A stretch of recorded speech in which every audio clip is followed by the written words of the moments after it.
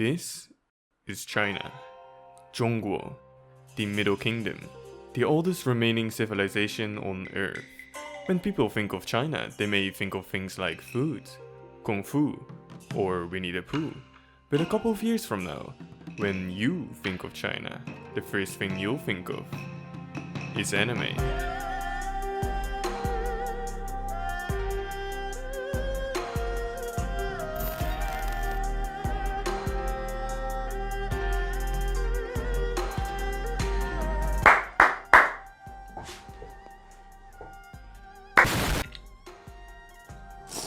Hi, welcome back to the School of Anime.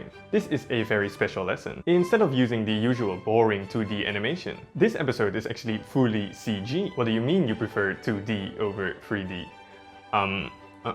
Okay. How about a compromise? Is this better? Is this what you wanted? So, Donghua. Donghua is the term used for Chinese animation. Remember that because that will be on the test. Why the need for a distinction? I don't know. Don't ask me. I don't make the rules. This is Japanese, therefore it's anime.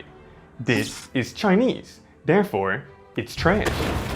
Or is it? Ask any 100% Caucasian person why, and they will tell you all about how Japan is a utopian society and the only country on earth that can create the deep and philosophical stories capable of satisfying their massive throbbing brains like Tokyo Ghoul. And while they may have been somewhat right in the past, nowadays you are completely mistaken if you think that Japan is the only country capable of making great animation. You see, anime has matured, but you know what else has matured? An entire generation of people who grew up watching anime and dreamt of creating the things that they love. When they started watching anime, they might have been young enough to have a crush on a 12-year-old girl, but now, years later, they still like 12-year-old girls, but with a beard. And with anime as a medium becoming more popular overseas, more accessible through streaming services like Crunchyroll, and anime in general shedding its stereotypes and becoming more and more accepted with every passing day. For the first time ever, this new generation of upcoming animators isn't exclusively Japanese anymore.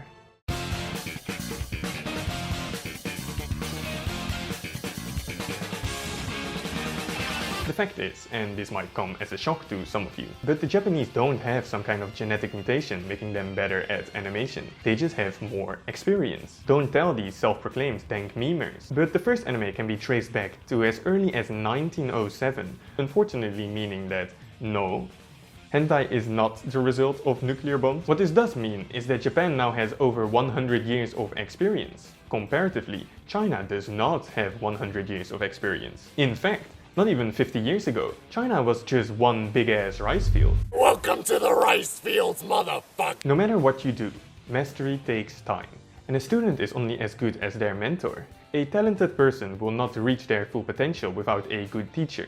Need a teacher? There are thousands of them online, millions of tutorials on any subject imaginable, allowing people to learn fast, really fast. Faster than ever before. And there is no better place to learn than the sponsor of this video, Skillshare. What if I told you that foreign works of animation are getting better day by day? What if I told you that certain foreign animators have become so skilled that it has become impossible to notice the difference between Japanese and non-Japanese animation? What if I told you that all of the footage I've been showing you this entire time was in fact Japanese? Well, did you expect me to pull a classic subversion of expectation that has become so very common in modern entertainment that most people just expect it to happen, rendering the entire thing kind of useless? Why would I do that? I subverted your expectation of me subverting your expectation.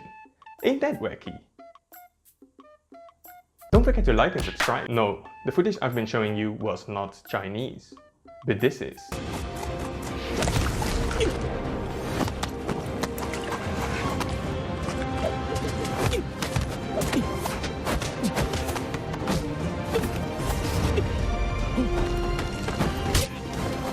This fantastic fight scene was taken from the third season of a donghua called The Outcast, which, before you ask, no, it's not good, don't watch it. The Outcast is a Chinese animation, created by Chinese animators, therefore it's a donghua. Most of the fights can be credited to a man named Weilin Zhang, who also goes by the name Xenofos on Twitter and YouTube.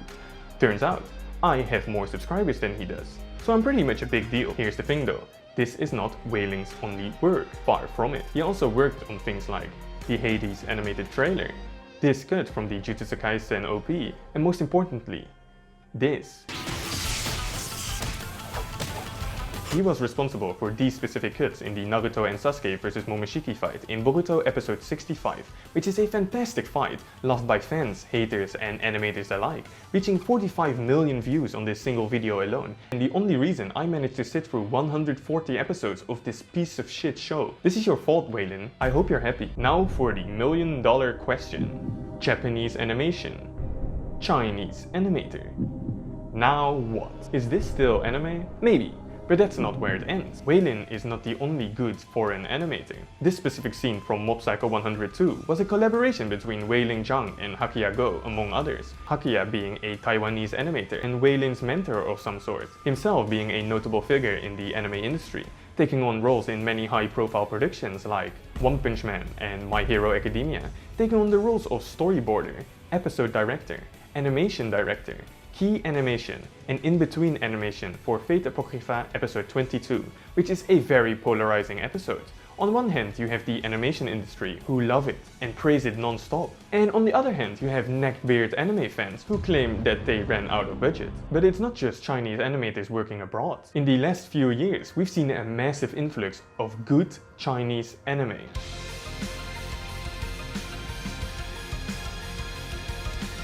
In the process of making this video, I watched through two of the most popular Donghua out there, Dao Zu Shi and Quanzhi Gaoshou, I think.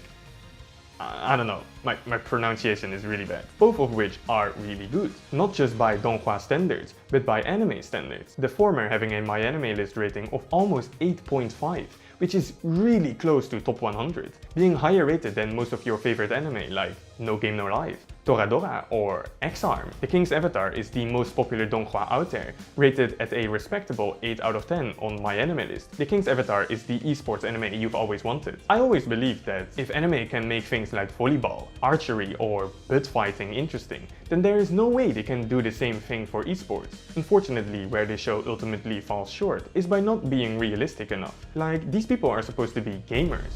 Pro gamers, yet not a single one of them has said any racial slurs or got accused of sexual assault. So I had to drop it down to a 7, but overall I'm just very excited to see what's next. Remember, we are still very much in the baby phase of Donghua, and if it's already this good, then it's only a matter of time until China manages to make a true classic like 1986 Journey to the West and breaches the top 100 ranking, proudly standing side to side with shows like Attack on Titan, Fullmetal Alchemist, and 97 different Gintama iterations. I do hope that Donghua somehow manages to find a way to distinguish itself from anime, like how anime is known for its big eyes, the power of friendship, or girls with cock. Both the Donghua I watched had some good implementations of CG, which is still relatively new and something that anime has had mixed results with in the past. Maybe that's something China will excel at.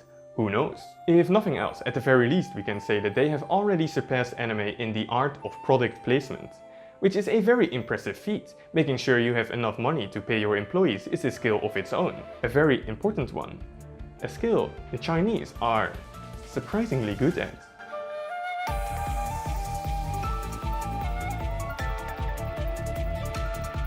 What can you tell me about a little game called Genshin Impact? Well, for starters, it's a money-sucking, life-ruining spawn of Satan. But more importantly, it's in fact a Chinese money-sucking, life-ruining spawn of Satan.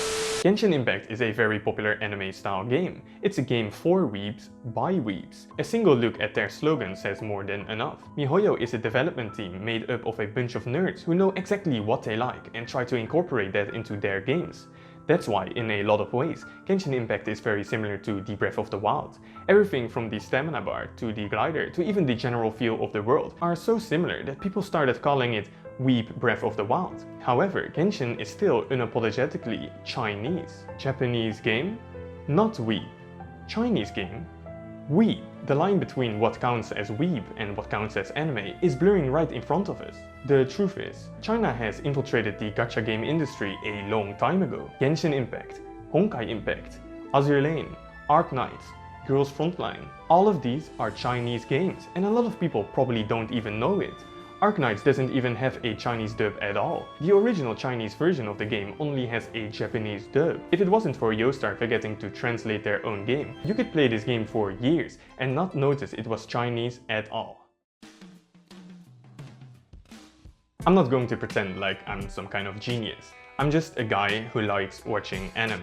I studied economics all throughout my life and did business management in uni for a while, where I learned just enough to know that I don't know enough. But even to someone like me, it's completely obvious where things are headed. Japan is a mature market. The domestic anime market has stagnated and the population is declining. I think it's fair to assume that unless some miracle happens, it's not getting much bigger than this. Meanwhile, China has a population 10 times the size of Japan, and even with the somewhat minimal exposure to the medium, somehow already managed to become the biggest market for anime. China has a potential market as big as the entire rest of the world combined, and a government that refuses to rely on foreign nations when possible, having funded many animation projects for this exact reason in the past. The demand has always been there, but now there are people who are capable of meeting that demand. Give it some time and China will become the next anime powerhouse. Whether you like it or not, we are way past the point of speculation. It's no longer a matter of if, it's a matter of when.